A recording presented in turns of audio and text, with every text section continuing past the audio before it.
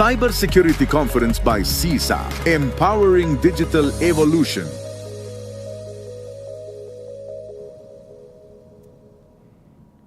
Hola y bienvenidos a la sexta edición del evento de CSA Cybersecurity Conference. Esta edición es número 4 del evento de 2026. Ya tuvimos una sesión sobre computación cuántica, antifraude y cuantificación de riesgos cibernéticos. Si se perdió la sesión, pronto la subiremos al canal de YouTube de CSA. La sesión de hoy será en inglés. Debería tener la traducción disponible en su pantalla. Hello and welcome to the 6th edition of the CSAP Cybersecurity Conference. This is session number 4 of the 2026 edition, and we've already had some fantastic sessions covering quantum computing, anti-fraud, quantum risk, cyber risk quantification, and all of those sessions will be uploaded to the CSAP YouTube channel as soon as possible. Hello again, my name is Richard Voigt. I'm a senior consultant and analyst in the professional services division here at CSAP. I'm involved in cyber risk minimization and helping organizations to maximize their cyber resilience. And if you think that is cool, wait until you meet my co-host, the Chief Operating Officer of Apollo Cyber, Maggie Tomlin. Maggie is an expert in cyber forensics and incident response. She has a career containing landmark cases and for excellence and tenacity in everything to do with cyber forensics and incident response. Hi Maggie, how are you going? Hey Richard, thank you so much. Happy to be here, happy to be co-hosting this with you. Thanks, thanks again. Great to have you here. And if you think that's cool, wait till you meet our special guest signing in from probably the best city in maybe the best country in the world, Melbourne, Australia. We have Tatyana Stojnic. Tatyana is one of the top 50 recognized women in cybersecurity in Australia. She's a secure coder, one of the most referenced authors in cybersecurity research. Her work spans artificial intelligence, LLM architecture, cloud and DevOps security, incident response, and advanced research, including space and satellite systems. Tatyana, thank you so much for joining us. How are you? Good to meet everyone. Thank you for inviting me. It's been all right in Australia that we've just had one of the worst heat waves. Okay, we've got Tatyana cutting out a little bit there. I think she was just explaining that in Melbourne, which is my hometown, which is where Tatyana's calling in from, just had a tremendous heat wave of 45 degrees Celsius over the weekend. So it's heating up there, and maybe that's what's using all the power on her computer. Tatyana, do we have you clearly now? Hopefully. Okay, fantastic. So Tatyana, that's quite an introduction. You've done a lot in a lot of different domains within cyber, and being one of the top 50 women in cyber in Australia. But my first question for you is, how do you describe yourself? I see myself as polymath. I've dabbled in quite a lot of things, a lot of different interests, everything from computers, space, which I've been into that since I was a kid, and I'm kind of like combining a lot of my different interests, and even like within the computer area, I'm dabbling a lot in things from development, databases, data analytics, cybersecurity, artificial intelligence, and even like dabbled a bit in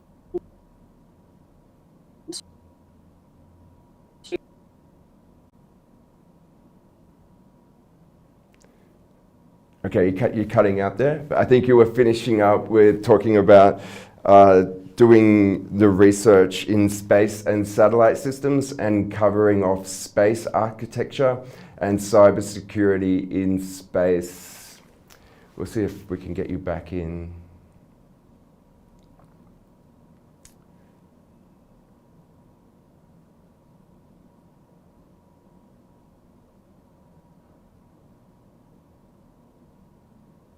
Okay, we're coming in live. We'll just see if we can get those technical problems fixed. But I might start with you, Maggie. The topic for today is from reactivity to predictability, proactive detection, risk and security architecture.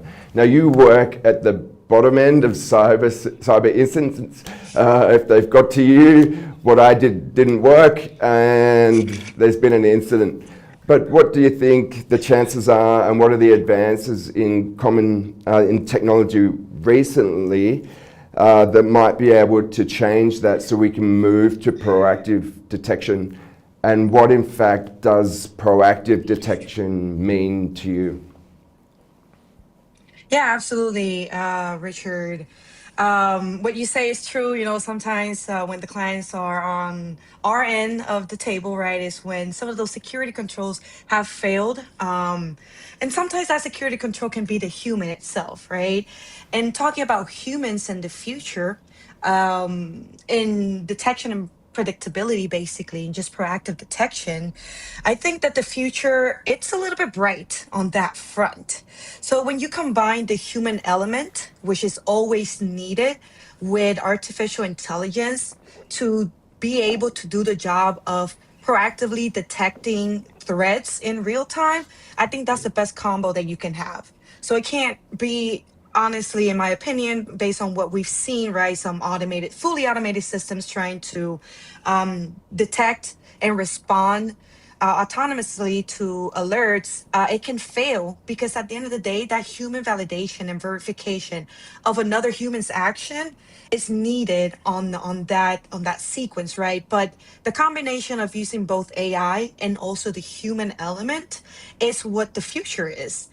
I think that's the best configuration that you can have when you're doing proactive detection. And when we say proactive detection, you ask me what proactive detection is. Well, proactive detection is basically how I personally like to interpret it or say what it means is that you stop the threat before it was able to materialize and the threat actor fully act on their objectives. So proactive detection could be before there's a penetration to a network. Ideally, right, that's what you want to do, but realistically, that cannot be achieved. But proactively stopping it before it can have a major effect. That's how I see it on my end. And Richard, I'm actually curious on your end, since you're doing a lot of this proactive work too, how would you define it on your end? That kind of depends what certificate I'm studying for.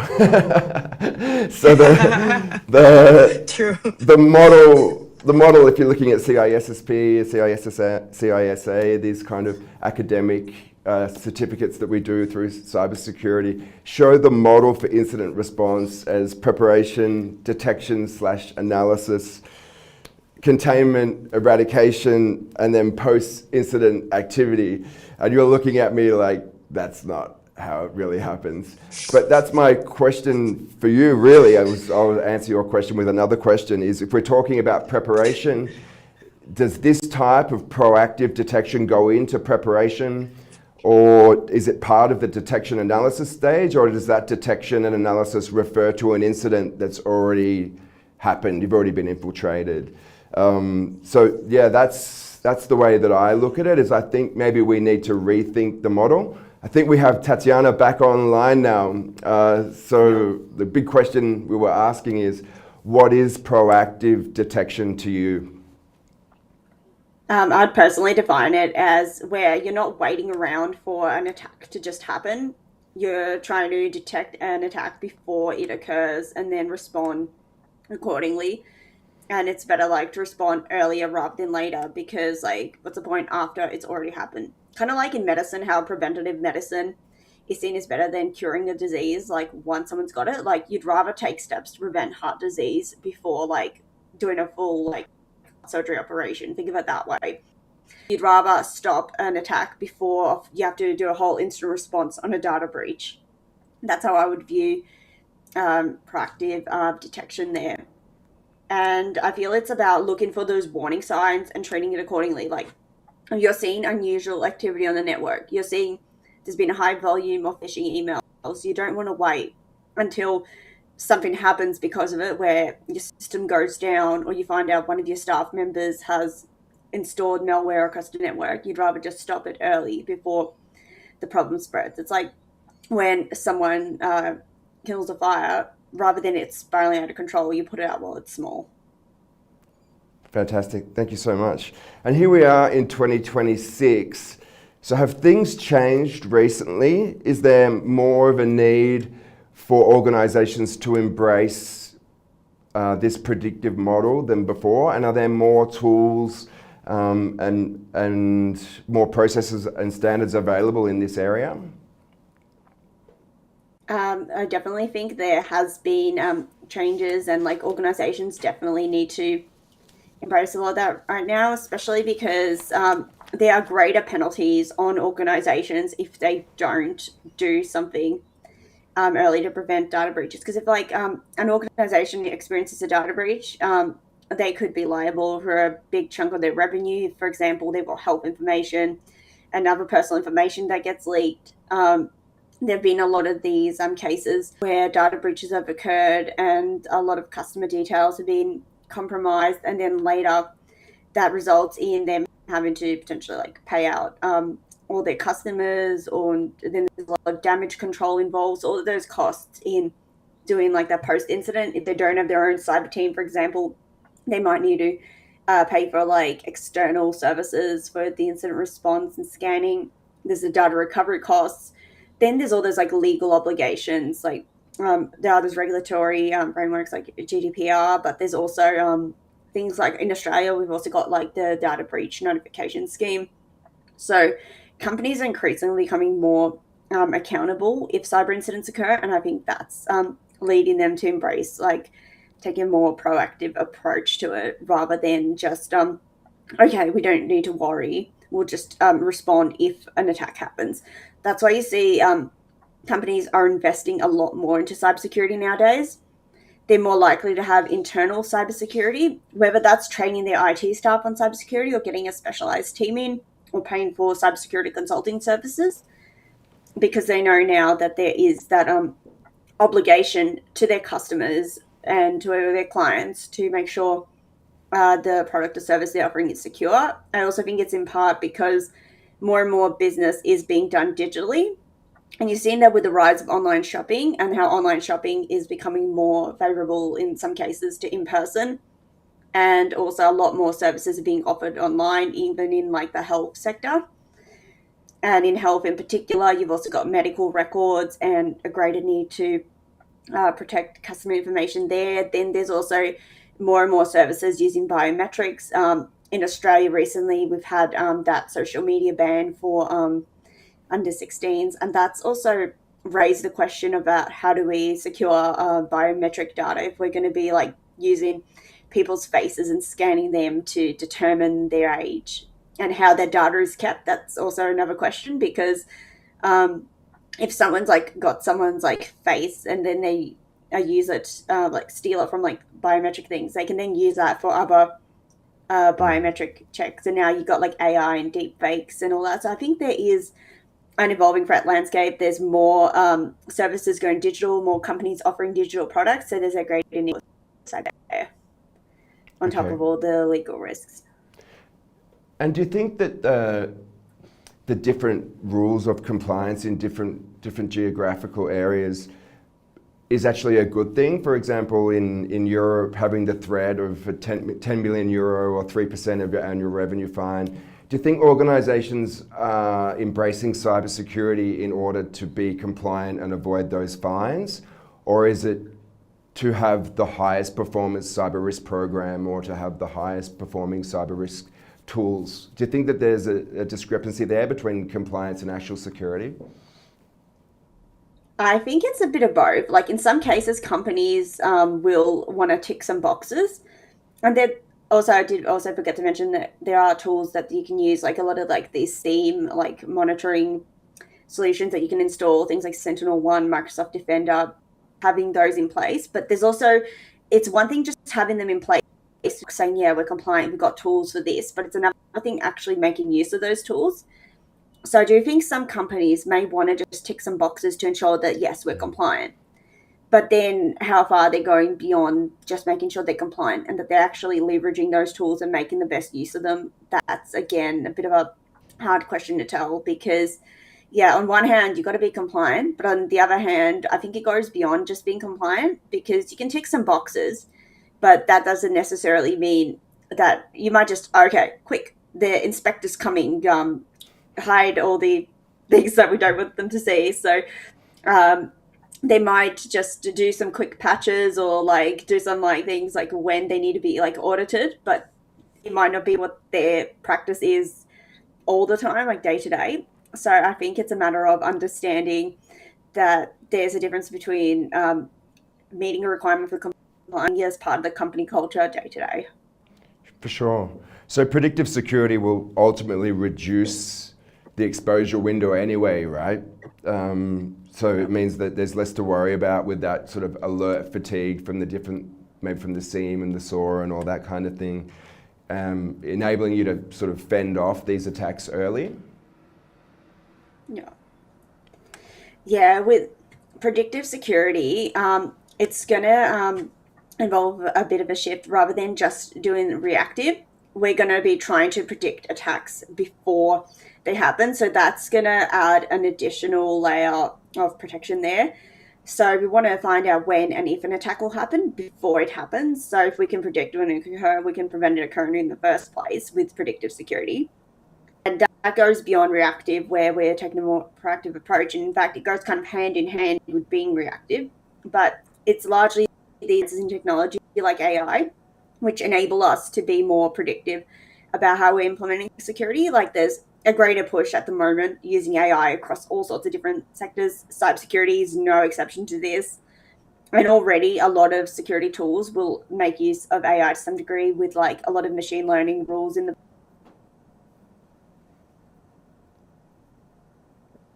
a lot of these solutions.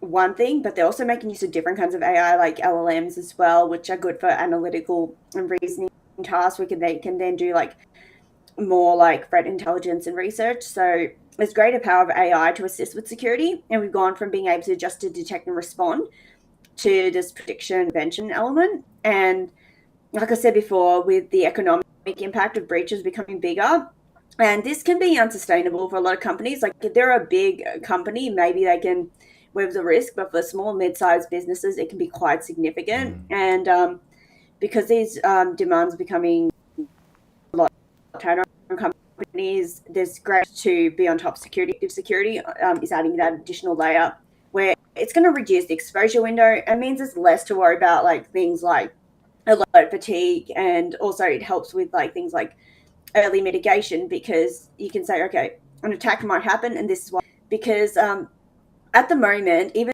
though you're being reactive, there are still elements like alert fatigue being one of them, where you might get your security so many different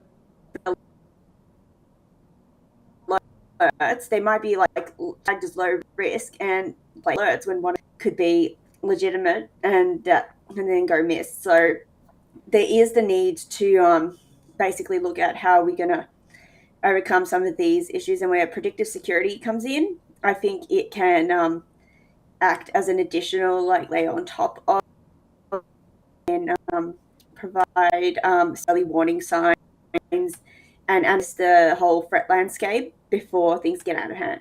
Like the way AI can work, you can literally just give it like your network details, like, okay, we've got this in this network, this is how it's being configured, and then get it to like assess where some of the weak points could be as well. With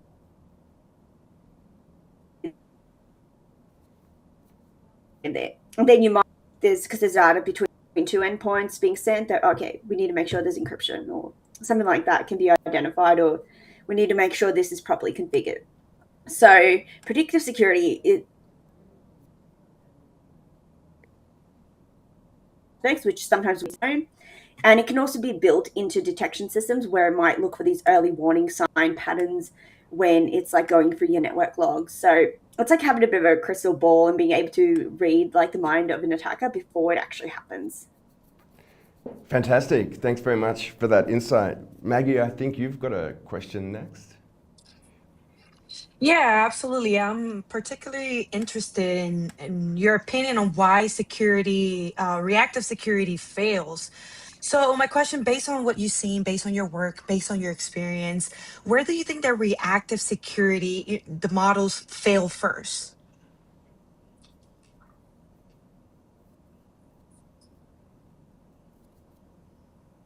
One of the areas you because reactive security without recognize patterns when an attack occurs and not before an attack occurs. So when these are being reactive, they'll look for, okay, this attack or occurs rather than the behavior for an attack and being able to recognize when the attacks occurred. And sometimes this delay can be days, other times it might not be recognized till after a breach has occurred in a more sophisticated attack where like some attacks can't be seen on monitoring systems, particularly if it's like a supply chain based attack.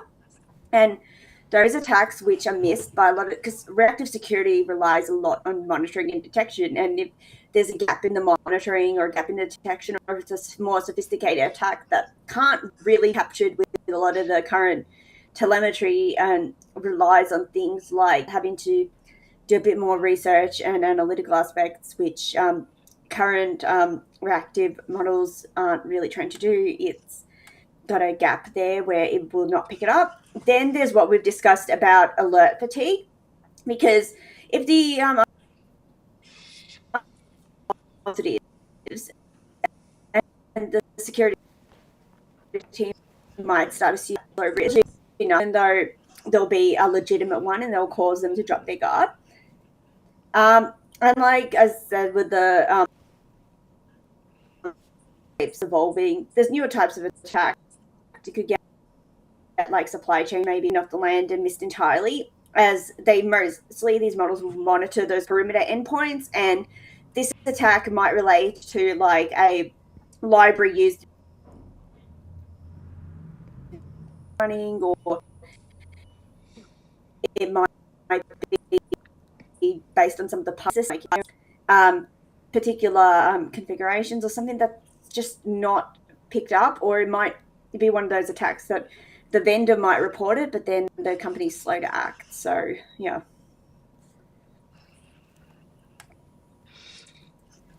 Yep, absolutely, Tatyana. And I can agree with everything you said, since we've seen every single scenario that you just listed when we're doing our forensic investigations. Where those security fails, we're able to tell them exactly where it failed and show them the data, right? The proof that this is how it failed. Maybe it was a human error, like alert fatigue, right? Or maybe it was a misconfiguration or bad configuration, was at the end still is a human, the human element. So I cannot agree more with you. Uh, Still on the topic of why reactive security fails, I'm also curious to know, based on your experience, what warning signs tend to get missed before an incident is actually escalated? For this one, some of the warning signs changes like spy traffic or activity outside business hours, which might appear to be genuine or like might be dismissed as genuine normal fluctuations. Because I think that sometimes, especially in companies that might be monitoring a network where there are regular fluctuations in network activity, it might be easy to dismiss sudden increased traffic as, oh, there might just be more people using the service or the site, and not really think too much on it. Because of this, it's a challenge between determining what is a normal threshold and what is a normal amount of traffic on this network versus where it might be abnormal. Like you might get abnormal if there's, say, data exfiltration going, or there's some malicious process running or unauthorized users or other unauthorized access attempts there. But similarly, things like unauthorized user activity can also go unnoticed, especially if it's like a legitimate account being compromised. Like you might have like a user on your system or network basically logging in unusually. You might just think, okay, maybe they've been just doing a lot of after hours work and not think too much about it. You'll be like, oh, this person's just working late. And it's easy to think that it might not be that unusual and ignore that unless there's an active investigation. Like unless there is something else which triggers an investigation, like there's been a data breach or something, you might not think twice that one of your staff at your company has been working at unusual hours, or they might be logging in from different locations. Especially like a lot of companies now tend to have a lot of like hybrid workers. You might wonder, okay, why is this person suddenly working from another state or another country? So you might think that they're just working remotely or not think too much of it. So I think a lot of these things can go unnoticed and missed unless there are other warning signs that warrant that investigation, and then you'll go back and look at all your user activity. And same with system performance issues, because again, if you notice a system is slow, you might just think, okay, maybe there are too many processes running, or maybe that there are other applications, or there's something there, rather than thinking there's malware or some kind of malicious process in the background. So a lot of these things can get these warning signs. They're there, but people might not really think too much about them and just dismiss them as normal. Yeah, absolutely. Agree. Yep, with the unauthorized user activity, for sure, that's the number one that we see often in our investigations. Because when you're really not investigating, timestamps often they get overseen. It is the forensic analyst, right, that sees the timestamp and asks the question, is it legitimate activity for this user to be logging into this device at 3 a.m. in the morning? And that's when they're like, oh, right, yeah, no, it's not normal. But those warning signs that you mentioned are pretty big red flags when it comes to proactively stopping the threat actor from acting on their objectives, like getting a ransomware or exfiltrating the data. So it seems like what you're seeing on your end of the world, it matches up with what we're seeing on our end of the world when it comes to the investigations, and also related to the work that you do in scene. Yeah, absolutely. Fantastic. My follow-up question, Tatyana, was more from a business perspective. When the C-suite is considering how much money to invest in cybersecurity, the theme of this conference is to sort of look at things more from a cyber risk quantification perspective rather than vulnerabilities, CVEs and those kind of things. So at what point does reactive security become a business risk rather than just a tech risk? When it's too late, or is there a process behind it?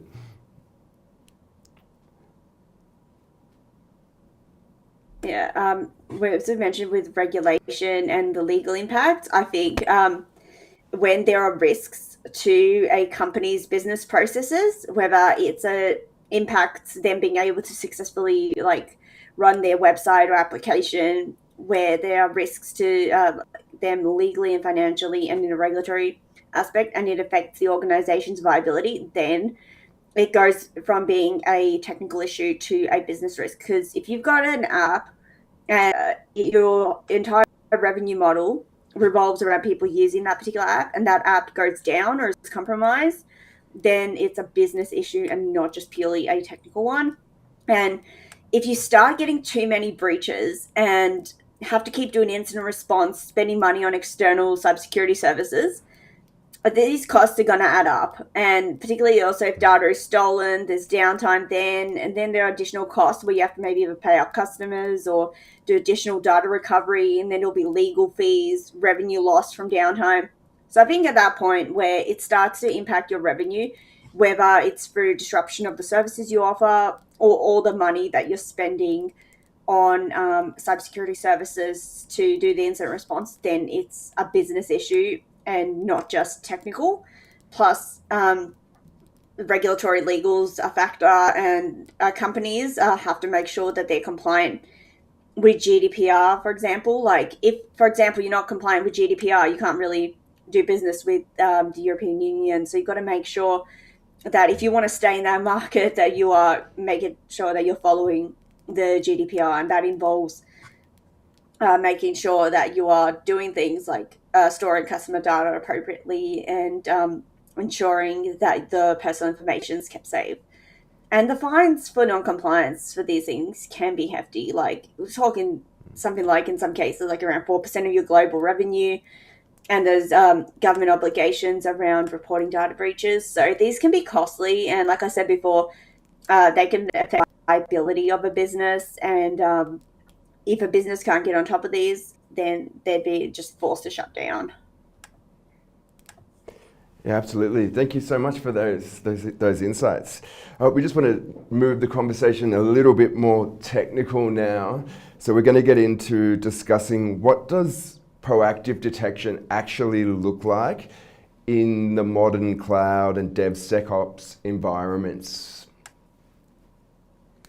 In modern cloud and DevSecOps, proactive detection, Prasad, it is constantly making sure you're monitoring and ensuring network is configured to enable easy oversight. And it's very easy if you've got a lot of cloud resources to just have them all floating around and not know what's there.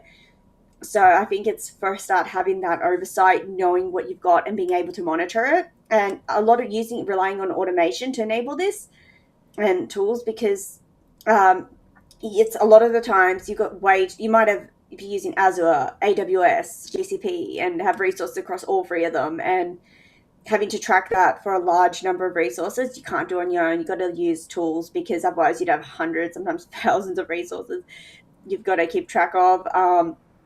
And I think because of the complexity of these things, these that relying on automation and tools, that's how it looks like in modern cloud environments. And also regularly doing things like code analysis and vulnerability scans, because a lot of the times you're deploying with infrastructure as code, where you're doing all your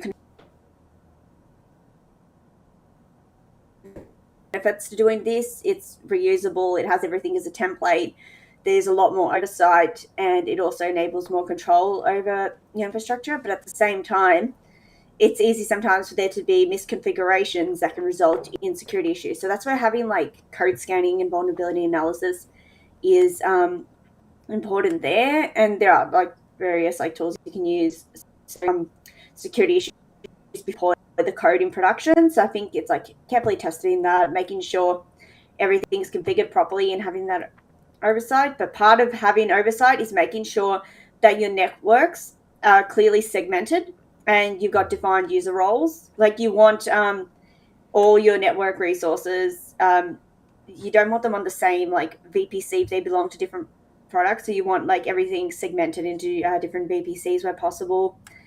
And you also want monitoring to flag vulnerabilities and drift in these environments. And there needs to be a well-defined escalation process. And also, you've got to make sure that detection rules are regularly reviewed and audits done to ensure the network items are compliant.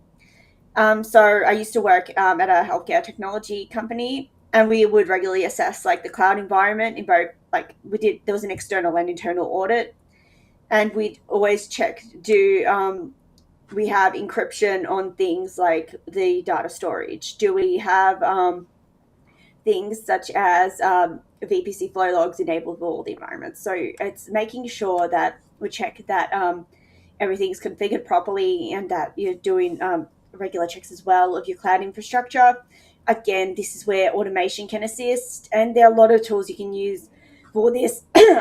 Just you can do a Google search, but some of the most common ones are things like Ansible and Puppet, but there's quite a lot of things out there. And there's even another I'd recommend is Snick, but there's quite a lot out there. But AI is increasingly also playing a role. Vendors into those monitoring features that use AI as well. But also when it comes to cloud networks and DevSecOps environments, AI, while you can use it to assess the security of your, a lot of attackers can also weaponize this against you. So it's a double-edged sword.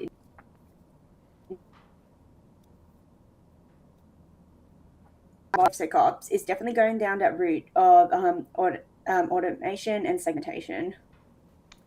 Fantastic, thank you.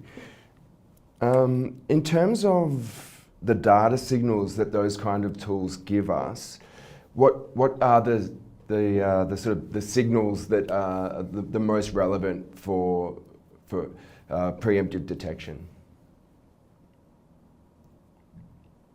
Ones.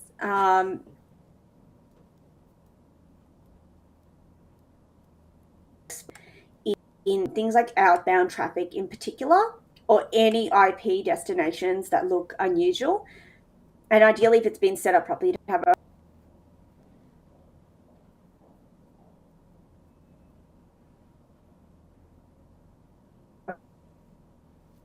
an unusual amount of changes to configuration, including like modifications of any key files on that network. Users having unusual frequency of access, a lot of failed access attempts, or network configuration changes as well, which they need to be regardless. Some of the inbound, outbound traffic rules, but someone could have also maliciously those rules as well. And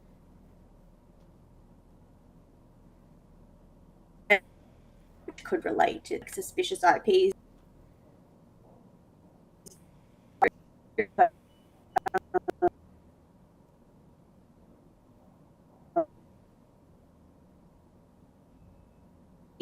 You would know the main signals which are valuable in early threat detection.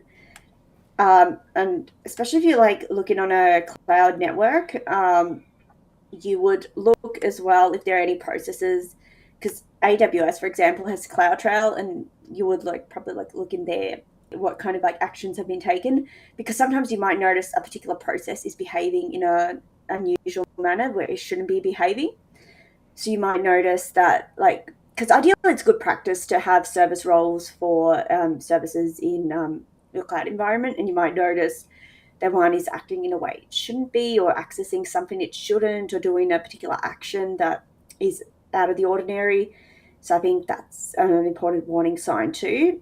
And that's one where if you got your alerting set up properly, it should monitor if, hey, this service has tried to do this particular action on this service or make a modification it shouldn't. Fantastic, thank you. Thank you so much for that. Maggie, would you agree? You see a lot of incidents arrive from misconfigured cloud setups. And it's not just about what's going on in the SOC, but the cloud administrator and cloud security issue as well.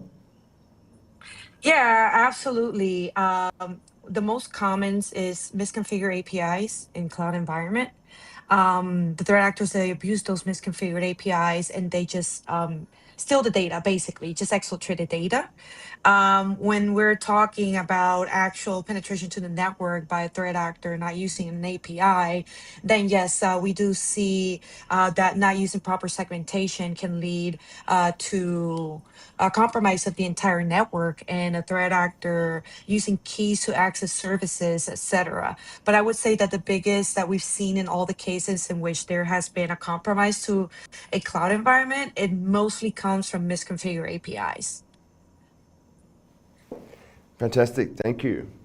Okay, let's move on and talk about AI and LLMs and if they can genuinely improve the predictability today, right now.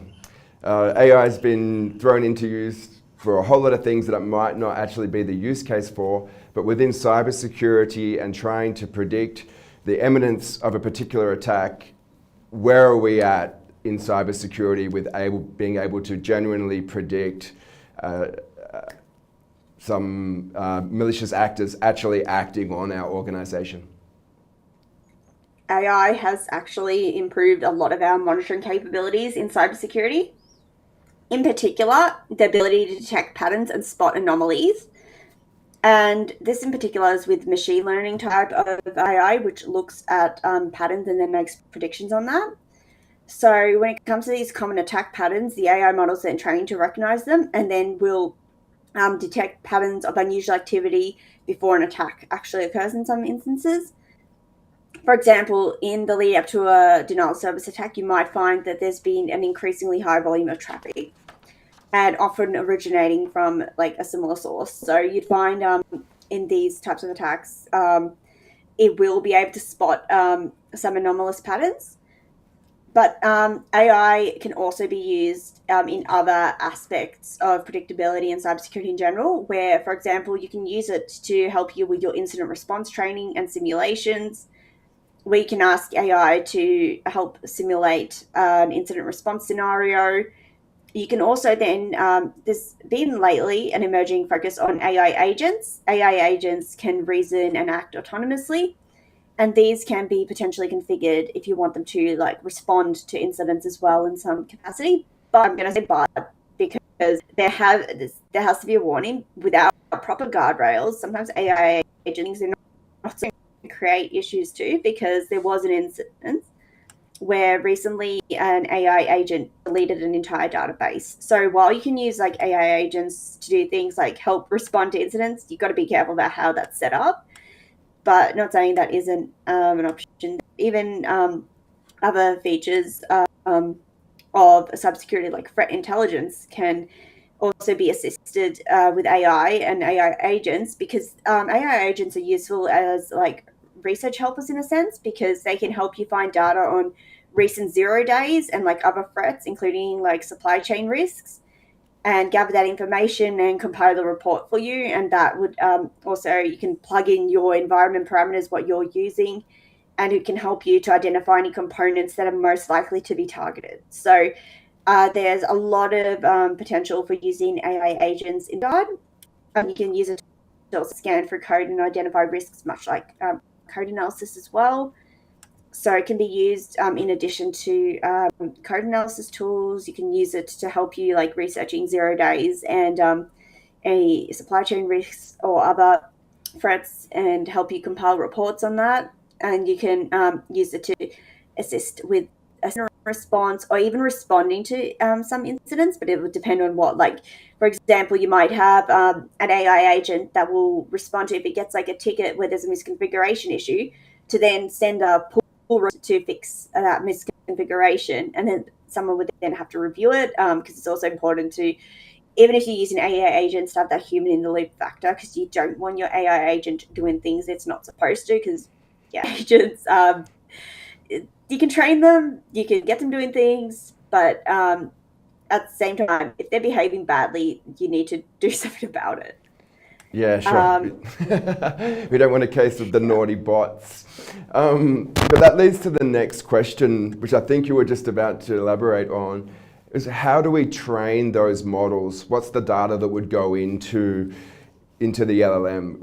Is it historical loss data, known tactics of known threat actors, exposure within the organization, dark web and darknet chatter, maybe evidence of reconnaissance on the organization that's way above the base level? Would it be those kind of things, or is there other things as well that would go into the whole algorithm to work out whether or not an attack was imminent on any given organization at any given time? So when you're setting up an AI agent and training one, there are several things which can go into it. You can upload your own data, but there are also tools that it can use to do like web searches. So you can have it doing particular web searches of databases that you would use for information gathering in that reconnaissance.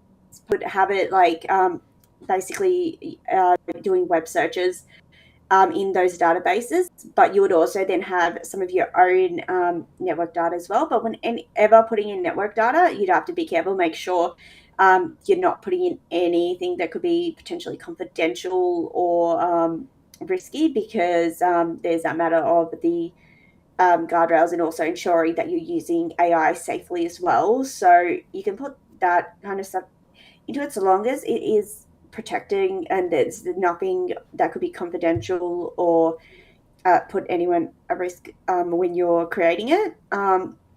But yeah, so there's quite a few things that go into there. But in the more traditional monitoring systems, it relies heavily on your network usage logs.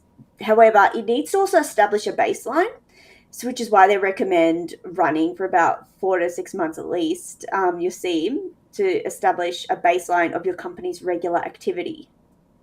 So it has to be, I think, to get a good outcome, be trained on quite a lot of data and know what would be expected to be normal and what would be anomalous. So yeah, that's why I think baselining is important, and making sure that the data, if it's going into any of these systems, is also prepared in such a way where it's not going to result in anything being compromised as well. Because a lot of those people who are putting data into LLMs, there have been cases where they might put in confidential company information, not knowing that a lot of those LLMs, like I think ChatGPT, a lot of the times, if it's got the memory turned on, because LLMs often from previous things that are put into it, it saves that to memory. So you don't want that if it's a third-party tool to remember things that could be personal. So I think any information going into an LLM should be cleaned appropriately, and generally, if you're doing like any reconnaissance, you can use tools that'll help it more efficiently search the web. Yeah, and that was my follow-up question for Maggie, actually, in this case. If we were able to review reconnaissance and we saw that a particular company had a lot of chatter about it, a particular organization, there's chatter on the dark web or the deep web about it, we know that a known threat actor is active in that industry. Could we work backwards from the suspected incident that we're preventing to find out who the actual attacker might be? And is there grounds for prosecution or legal repercussions for those organizations that are pretexting or conducting reconnaissance with the intent to hack? Yeah, it really all depends. Oops, sorry. I'll let Maggie continue. Yeah, no worries. Yeah, sure, Richard. When it comes to detecting reconnaissance and attributing it to a threat actor, we can absolutely do that if there's enough evidence. So these are known as TTPs, right? The threat actors, they leave specific behaviors, right, that we can map to a specific group based on what they're doing. But there has to be very specific indications of compromise that have to be left behind. So shatter in the dark web, depending where it's at, we might be able to maybe quickly attribute it to a threat actor group, depending on the platform, depending on the account, if it has historical data, whatnot. But if it's in the network and we're collecting all these indications of compromise, tools used, IPs, and things of that nature, we can probably attribute it to a specific threat actor, which actually is going to help know what this threat actor specifically goes after, whether it's data exfiltration, whether it's extortion, maybe it's geopolitical, or maybe they're after a financial gain. And it's just that's their motivation. They just want to make money. When it comes to legal action, that's where it kind of gets tricky, right? There can be some legal action being taken, but not specifically from the forensic investigator itself, right? Speaking from our point of view. But groups like maybe the FBI, Interpol, and things of that nature, like large organizations, they might collect data over the years. They might be able to actually trace it back to the specific people, and they might be able to arrest. This has been done in the past. Some threat actor groups have been dismantled, right? Because there was an ongoing investigation that probably lasted 5 years. And it's a collaboration of small companies like us, CISA Apollo, and the work of many others, and also the work of law enforcement. So it's kind of like a team effort. Not just one single person can probably identify the threat actor and go and arrest them, but it's more like a group effort. It is absolutely not out of the scope of possibilities that threat actors can be actually prosecuted. We definitely have seen it. And if it's not maybe the arrest or prosecution of people, because let's say Russia, we can probably not take legal action there, but we can probably take down their site. And that's a way of disrupting their operations. Cool, thank you very much. Tatyana, do you have anything to add to that real quick before we move on to the space architecture? And we've got a few questions as well. So, no, I don't have anything to add. okay, well, in that case, can we move on to just quickly talking about what you're doing in space with Spark architecture and the no-fail design? You've researched space and satellite architecture. How does security change when failure is not really recoverable? So in space and satellite environments, you can't ignore security, because if there's any downtime to space infrastructure, like from a cyber attack, it can impact the success of the entire mission in some cases. And because it is so mission critical, essentially it makes things like zero trust an imperative. At the moment, most access control, for example, we trust but verify. In zero trust, you're treating everyone basically guilty until proven innocent. So we want to treat all incoming traffic as suspicious and only allowing then trusted sources through. So it's a lot tighter, like a way of granting access. And similarly, security by design in space systems becomes critical, because when there's things like limited bandwidth and you can't always install updates, you have to consider security from the design phase. It's not like, oh, we forgot this, we can just do a patch on it. No, you can't do that. You have to immediately, like when you're designing the system, think of how is it secure. And things such as like radiation hardening of hardware and ensuring boot processes are secure become things that have to be considered very early on. And also making sure that the software is adequately secured as well, because later down the track, it becomes difficult then to make any changes. Also, the other thing you got to consider is having a multi-layered defense approach. For example, encryption is one of the areas where there is often a gap with devices. So when devices are communicating, you need to make sure everything is encrypted. So when things are going from the command to telemetry, it's ideal having encryption at every step of the way. So there are no gaps, which there could be then a cascading effect in which you get some unencrypted data, which might get accidentally transmitted. Similarly, because it's so mission critical and there's like less room for any like gaps, you have to make sure that having fault tolerance and redundancy is again done from the onset. And it becomes very important, because if there's downtime to space infrastructure, because you can't just do something like turn it off and back on again, you have to just launch another satellite, which that's very costly, that's very expensive. Because of that, it helps already thinking about that thing, like how we're going to build in that fault tolerance and redundancy before it is launched, because you don't want to create any single point of failure. Yeah, so in space systems, security changes where you're thinking about security earlier on in the process, like when you're actually doing the system design, rather than after. But you still got to think about it after, because you still got to monitor everything. You still have to respond. But at the same time, I think when it comes to designing secure systems, that becomes, I think, the imperative, as opposed to just focusing on security when things are already live. So I think it's a phase in which you start thinking about security is different in space compared to Earth. Yeah, Maggie and I were joking earlier. I said, what if there's an incident with space infrastructure? Does someone from Maggie's team have to go up? Or is there another way to get non-repudiation and all the things that she needs to conduct the forensics in the lab? Because my understanding was once the satellite's up, it can't come down. Listen, I'm more than happy to go on site to collect some evidence. Fantastic, thanks. And so Tatia, just finally to wrap up that, do you think that those lessons from deploying space infrastructure and keeping space infrastructure safe, how much of that should be incorporated into how we run our networks and how we protect our organizations here on Earth?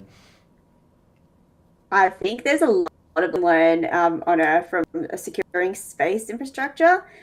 But there are a lot of things that we do in companies like on Earth that are different to what is required in space too. And I think there are a lot of assumptions about enterprise security which don't quite work in space systems, particularly around things like monitoring, patching, updates, and recoverability. Because if a system goes down, your entire mission could be compromised, and you can't just like turn it back on and on again. You can't just spin up another virtual machine if the server's corrupted or something.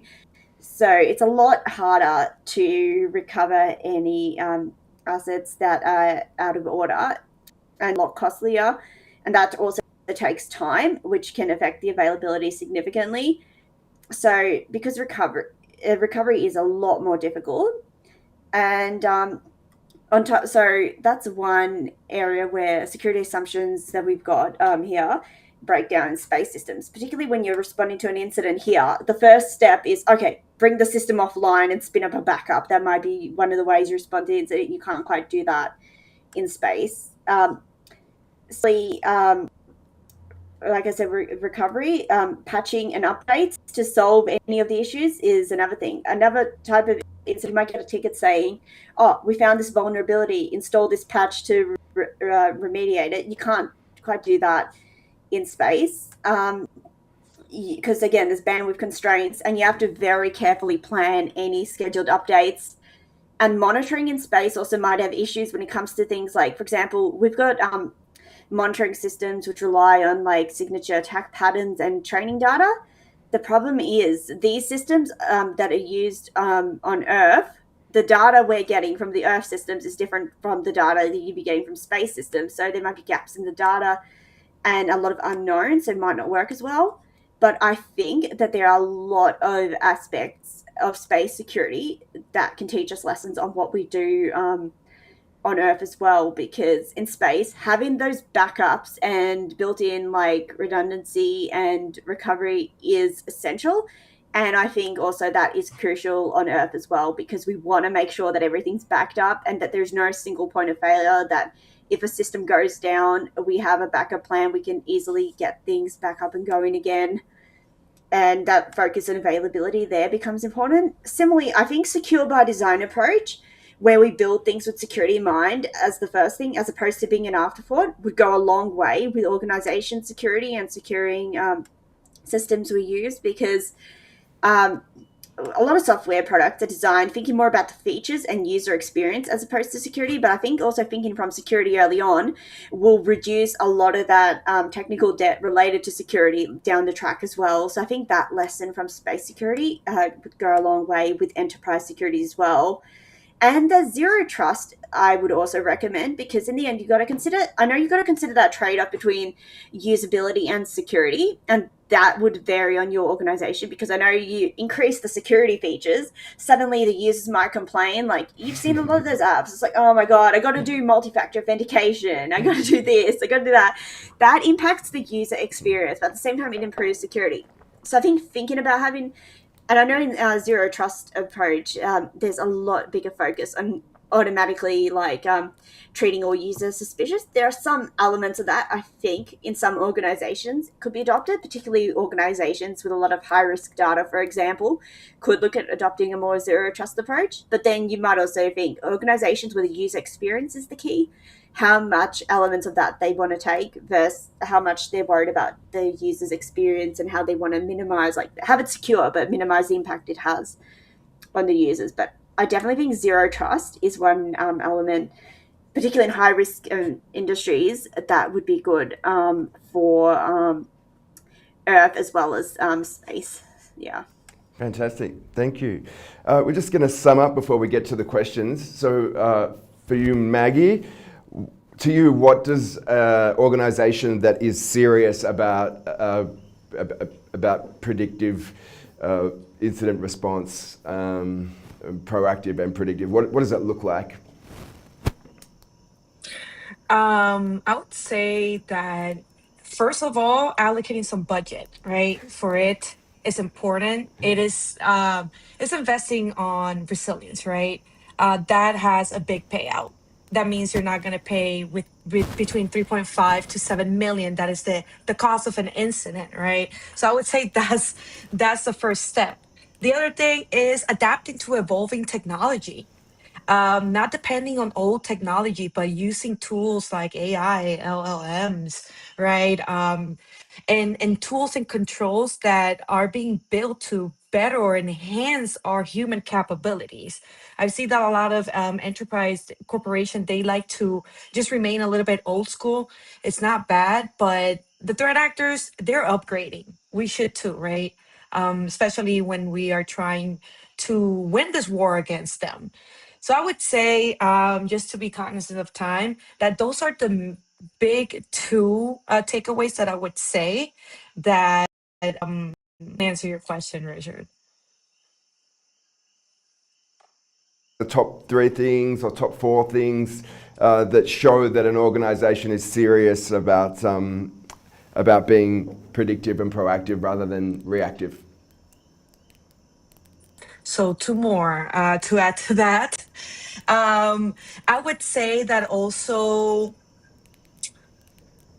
hiring like a incident response team, not because I'm working here, right, in this area that I'm biased. Maybe I am a little biased, but having a incident response team as a retainer that also can help with the proactive or detection, because if you combine the budget, right, the new tools, and you're seeing already suspicious activity because you already spent the money on implementing these top 2 tools to detect, then bringing in an incident response team is actually part of that. It's part of the proactive detection. And then lastly, I would say um, uh, end user capacitation or education, basically just doing education, spending some money on educating the end user, because believe it or not, at the same time, that's the first and last line of defense. So I would say that that would be the last of 4. So budget, right? That they're serious. Show me the money. Like I forgot what movie that's from, but the budget, adapting to new technology. To recap, having an incident response team or a retainer, and lastly, investing in end user education. Fantastic, thank you. And Tatyana, for you, the hallmarks of a company that's set up, locked down, ready to go?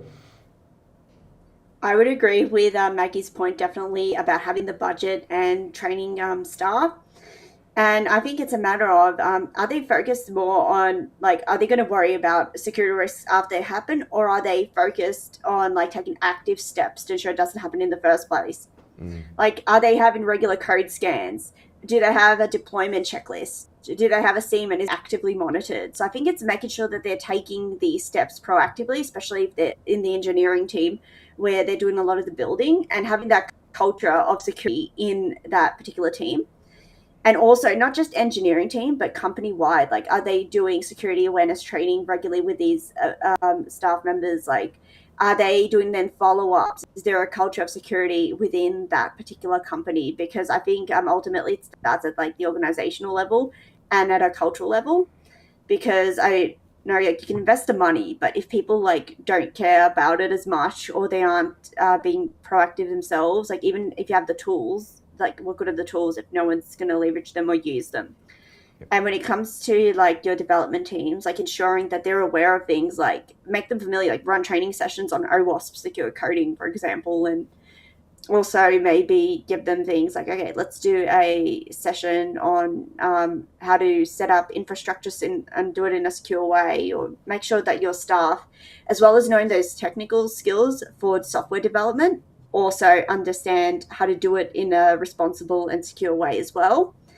And even just having processes within the company to ensure security, because there's always, like, the risk that sometimes it might be someone's doing some testing and they don't have adequate controls, and something they might just reduce some of the security rules and then later forget about it. Like, okay, we'll add this extra rule to allow us to connect on the company network, and then later on you might find some malicious actor takes advantage of some of the relaxed security rules that they might have been using for testing. But I think it's having that talk with the technical team, ensuring that there's a culture of security, and also having like a lot of those controls in place around access within the organization as well, and also doing like regular reviews within the company, like who has access, who should have access. And I think that also comes on to things like onboarding, offboarding procedures, and other company processes that might not look directly security related, but ultimately like they would be.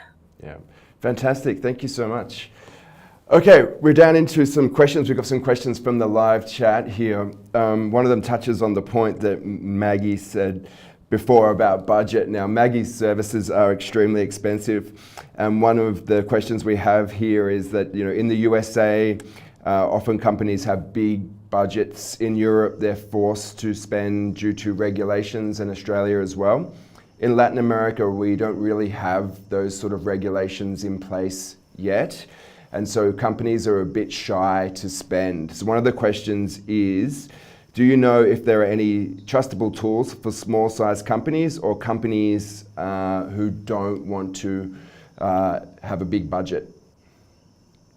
What I would recommend for Tools smaller for companies, tools for smaller companies, it's as simple as, I'll pass to Maggie to add as well, but just in general, having things like multi-factor authentication is relatively affordable for small companies to enforce. And even things like Microsoft Defender usually isn't too budget intensive. And some software does charge based on the size of the organization and volume. So the prices tend to be scalable based on the size of the organization. So it's often like worth, when you're looking at vendors, to consider their pricing model in that regard. I know, for example, you get some monitoring, like Elastic, for example, there's an open source version of it as well, which might require more configuration, but be better if you're on the more budget conscious side. So it's worth looking at pricing models, whether they're scalable for smaller organizations, because some might have a cost per users. And then there are tools like Microsoft Defender, phishing simulation, and multi-factor authentication that are pretty cost effective to implement as a small company. And there are like smaller cybersecurity consultancies which might provide services a bit cheaper than some of the big names as well. So I'll just probably pass now to Maggie to add to that. Thank you, Tatyana. I think those are actually great tools. I think also that's a very good question that we got from the audience. I want to talk a little bit more like the mindset, right? Tatyana gave some great tools. Those are big for proactive detection, but more of the mindset of configuration. So let's say you're email tenant, your M365, and you configure it very well to use conditional access. And then let's say you do geo blocking, which is another proactive detection, because if something is hitting a rule, which is the mindset that I'm going to go to and explain. So if you have conditional access and you set an alert and you start getting logins that are hitting on that conditional access, they're failed attempts, right? That already, the human that is behind, you're the tool at that point, right? And you're already hired, so you're technically free in this analogy. But you see that there's many failed attempts, so now it's more of a way of just keeping wide eyes on your email tenant environment, because you already know somebody's knocking on your door, right? The next thing you want to know, if you're going to see any suspicious logins based on the countries that you are allowing. But if you go zero trust, just block everything that you're not doing business with, it's going to be easier. But if you're a Latin America based company and you have operations with other countries, then what you can do is, if you hear somebody knocking on the door, it's more of doing a little bit of investigation. You know your network better than anybody, even better than an incident response team, right? And it's just keeping an eye out to see. So the same thing goes for your firewall. If you have a geo-blocking rule and you set up an alert to receive to your email a summary of alerts that are hitting a specific rule, then you might see if somebody is probably trying to get in your network. And then again, become the tool, become an investigator, your network, start looking for any other like public facing services that you might have, and keep an eye out for any anomaly behaviors and things like that. So the way that I answer your question for whoever asked it is more of you being the tool and just having the mindset if you don't have the budget. And then I think also, Google's our best friend as well, depending on what exactly is your need, the tools. Because Tatyana gave very specific ones that are general that all companies should have. But if you're looking for a specific tool, there's a lot of open source tools. It just requires a little bit of work to configure them. But there's open source tools that can absolutely help you do that proactive detection as well. Sure. Also, the way that you engineer and architect your network might not cost you anything if you employ strategies like containerization and things like that too, right? So the final question, which will lead us to our conclusion, is for both of you. In terms of working in incident response, how do you deal with the stress and the pressure of working in such a high pressure environment? And when you're a leader like Maggie in incident response and digital forensics, how do you deal with it, and how do you keep your team motivated, and how do you avoid burnout? We'll finish with Maggie, but Tatyana, we'll go with you first. You've worked in incident response as well. How do you stay cool? In terms of like staying cool, I think it's a matter of like being really like on top of time management for me generally works. I find having like, in a sense, I'd say setting boundaries with your time. And when you've got like some incidents that come up, always like whenever you're doing any timelines or planning, always factor in that you might have to drop everything and investigate something that's come up. Because I know at my previous job, we'd have things we were working on, and then we'd have an incident we'd have to look into, and then we'd have to sort of drop everything and look at that. So whenever we did planning, we'd always factor in if things come up, we need to allocate a bit of time so we can do anything like where we have to investigate an incident, fix a misconfiguration, or look into some security issue that we've been like alerted to based on a scan or something. So I think it's about time management and also communication, because if you've got a lot of tasks that you're doing and then incident response on top of that, because I used to work in DevSecOps and infrastructure and security at a health tech company, and what we'd find is if we had a lot of things that we were currently doing and then an incident came up, it was just a matter of communicating that to people and managing time and expectations based on our workload.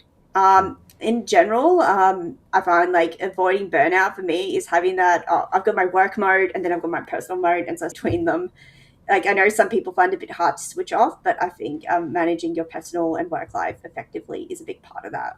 Yeah. Fantastic, thank you so much. Maggie, for you, when the WhatsApp message goes off at 3 a.m, you've been called to lead a special team, how do you deal with it? It's an interesting question that we got here. I would say that first of all, when you gain experience seeing the same things kind of over and over, it develops this inner peace and tranquility, because you kind of know what to expect when you studied the threat, when you already you keep up to date in threats, in the landscape, in tools, techniques, tactics, procedures, right, and things of that nature. So studying gives you information, gives you knowledge gives you power, right? And power gives you that ability to lead with a stoic character, basically, or stoic personality as well. So I think it's just being up to date, keeping up to date, repeating, doing tabletops, doing exercises with your team, right? Because even just with life, it takes practice. So the more you see something, the more you're exposed to something, the more you see that you're going to gain that confidence to basically lead under pressure. So I would say, experience and basically information, read everything that you can, stay up to date, because it's going to give you that confidence to be able to manage the entire situation and have things under control. But also study technology, right? The environment, how network works, because then you'll be able to move quickly around somebody's network by asking the right questions of how that network looks like. You understand technology, you understand the threat, that basically gives you that confidence to lead. And then I would say pairing that with how I personally avoid the burnout, but also helps me with leading teams and multiple high stakes investigations. Is exercising the mind and the body, because basically, the more you exercise your mind and your body, it's proven scientifically that the better you're able to handle adversity and challenges. So having time on a daily basis to practice exercising, doing tai chi, maybe yoga and things like that, or whatever suits you with physical activity and mind activity. Mental gymnastics is very critical, right? But when I'm training the mind and the body, that's a way for me to kind of break away from work. But at the same time, it contributes to work. So I would say, Richard, that those are the ways that prevent personally burnout, but also what helps me, and those are the tools that helps me to lead high pressure investigations at 3 a.m. in the morning. So that's all I got, Richard. Answers and for your participation today. My answer to that question would be to make sure that your company is actively, proactively employing predictive techniques to make sure that incidents don't happen, and when they do happen, that they're few and far between, so that the caseload doesn't build up. That would be my answer, and that would be in line with everything we've talked about today. So Maggie, thank you very much for your time and for your insights. Tatyana as well. Just really quick before we sign out, Tatyana, would you mind sharing with everyone what you're working on, where they can find your stuff, where they can get in touch with you and follow up on anything later on? Okay, sure. At the moment, I work in AI technology architecture at Accenture's Center for Advanced AI, and I'm doing a part-time PhD in securing satellite and IoT networks. I've got quite a bit of research into areas like space architecture, privacy, access control, and AI agents that I've been working on. And excitingly, I'm actually next week speaking at SciSat Asia in Singapore. I'll be talking about cybersecurity for off-world infrastructure, looking at security for lunar-based infrastructure in particular, which is going to be pretty exciting. I've published some journal articles and hopefully some more out soon. And I've written some articles for Pentest magazine, covering topics like cloud security and satellite security, adversarial attacks, etc. And I've got some things I've been working on around like security tools for AI agents as well. So so the next thing I'll be doing is speaking in Singapore, and if you can't make it, I'll probably end up sharing some things on LinkedIn there. And I've also been working a bit in the space architecture side of things as well, doing a bit of research into like space station design, lunar-based design, and I'm combining that with that cybersecurity aspect in that talk coming up. So yeah, that's pretty exciting. Very, very cool. Fantastic. Well, that's where you can find Tatyana and her work. If you didn't catch her LinkedIn from her name, you can go back into the episode later on and you can find her on LinkedIn. She's not an influencer, but she is doing a lot of cool stuff, so it's your job to keep up with her. So that concludes the session for today. Thank you so much for your participation. Thank you for watching. Thank you to our hosts and guests and our fantastic team in the back that made it happen. Enjoy the rest of your day, Tatyana, your evening, Maggie, and the late afternoon here in Guatemala. Thanks for watching. Thank you, everyone.